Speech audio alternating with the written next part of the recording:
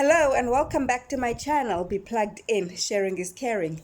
2 days ago, I posted a video on what you need to do to start your career as an online English teacher, specifically teaching speakers of other languages. So now that you have completed your TEFL certificate, congratulations. What's next? What do you do? The first thing you need to do is to get your introduction video in order.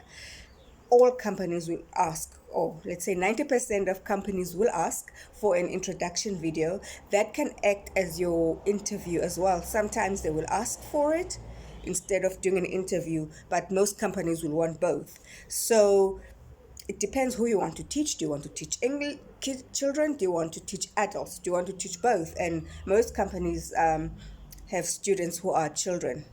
Very few that will have exclusively adults, but in the middle you get those who have both children and adults. So you choose. So you need to tailor your video into whether you want to teach students, I mean, children or adults. So you have to, obviously, your energy levels will differ, and the use of your TPR, which I discussed in my previous video, will also differ. You don't use much with adults, but with children, definitely you need to use TPR, meaning using your hands and giving instructions using your hands.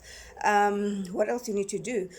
Then after you've done your introduction video, then you can start Googling for jobs. And you can start by joining Facebook groups of teachers who are looking for jobs. You can decide if you want to teach online or you want to go abroad. But there are three routes you can go.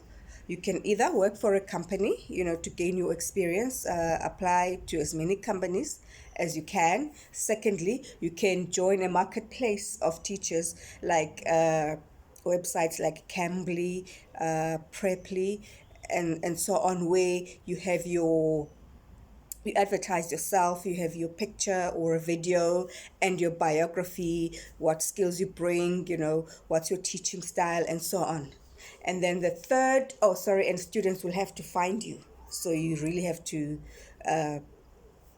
make sure that you've got your A game. And then lastly, you go independent, you go solo, which is not easy if you are a beginner, because you need to gain experience. So yeah, it would be nice to first look for a job in a company, then you go solo after a year or so.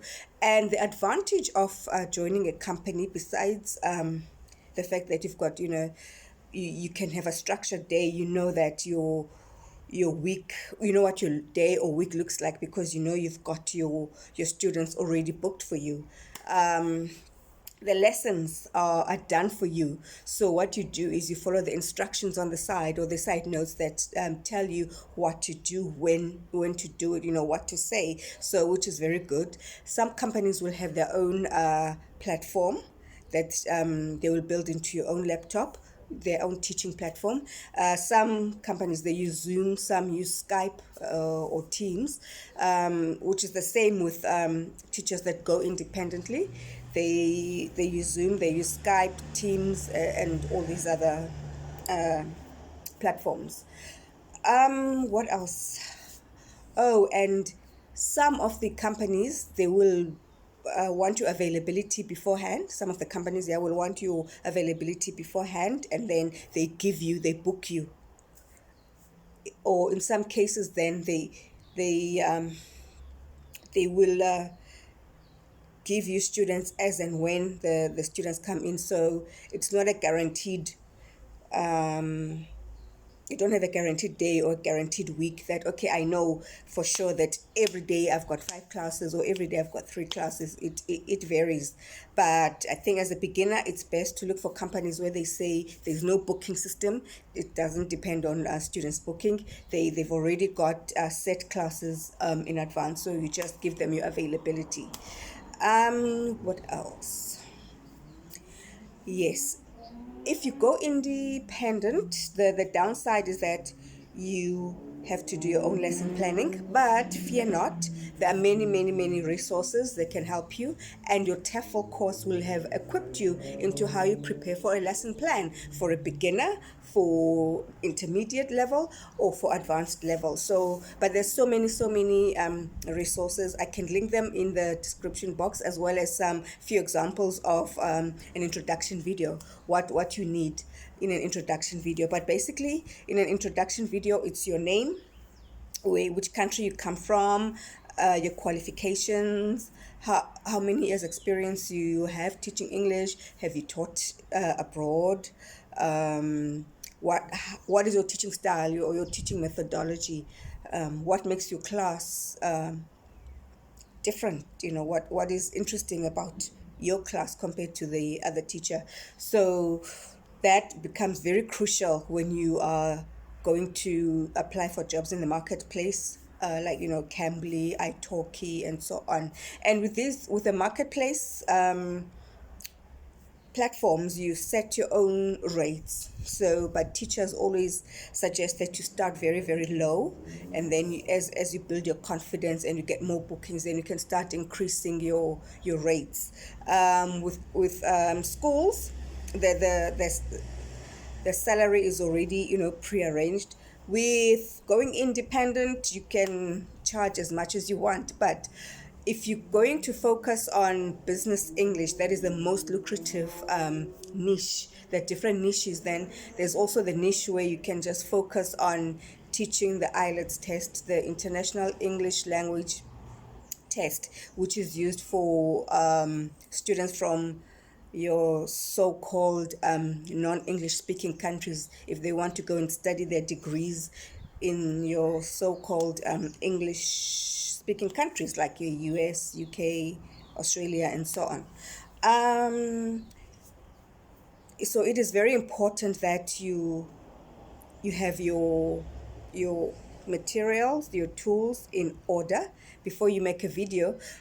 Sometimes the company will ask you to do a mock lesson during the interview, so it becomes part of the interview. They just say teach a word, mom, mother. You must teach, okay, maybe teach mother, teach the child what a mother is. And it's like a child who's like 3 years, and they are beginner level. So you really need to be on your A game, and as to how you teach beginner level, how you teach intermediate level, how you teach advanced level. So which is really important, why you need to have a TEFL certification, not just a degree in English, because that the degree in English won't equip you with such, but it'll give you a very good grasp of grammar, and explaining to the students why you are correcting their grammar when they speak.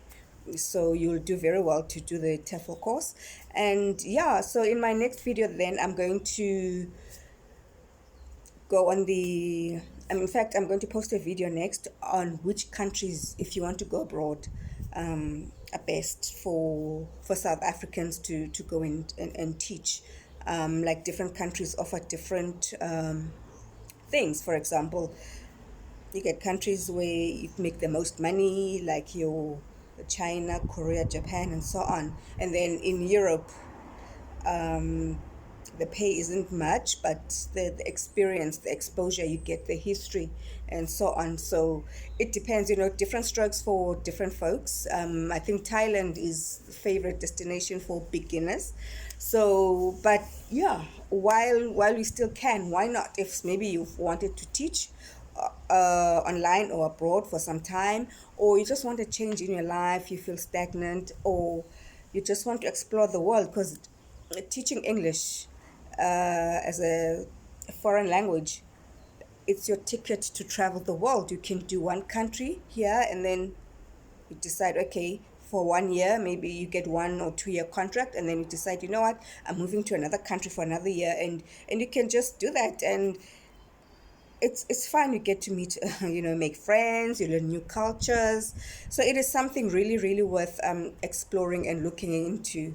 Yeah, so I really hope you do or did find value in this video. So I would encourage you to please like, share, and subscribe. this video so this video can grow. And I will see you again next time when I post my video on which countries are best to teach abroad. Like I said, teaching English online is one of the easiest ways to visit a foreign country, because depending on the country and the school, they pay for everything. But if you have to pay for your flights, then they reimburse you. And usually you get paid, they sponsor your visa, they give you free accommodation, they give you, free food. It could also be transport to and from school. They pay your utility bills, but it all depends in which country. So think of the money you will be saving in that scenario. So yeah, it's something it's worth exploring. And if you don't want to teach online, because there's more competition online, but going abroad, people now are scared to go abroad, since the pandemic. But do your research, see what it is you want. Maybe it could be a goal for 2023. Who knows? But I will link, like I said, in the description box. I'm going to link the introduction videos as well as the resources, just to get an idea of what a lesson plan looks like. So that is it for me today. I didn't want this video to be too long, but I do apologize. But I'm sure I deliver good content. So until next time, take care and God bless.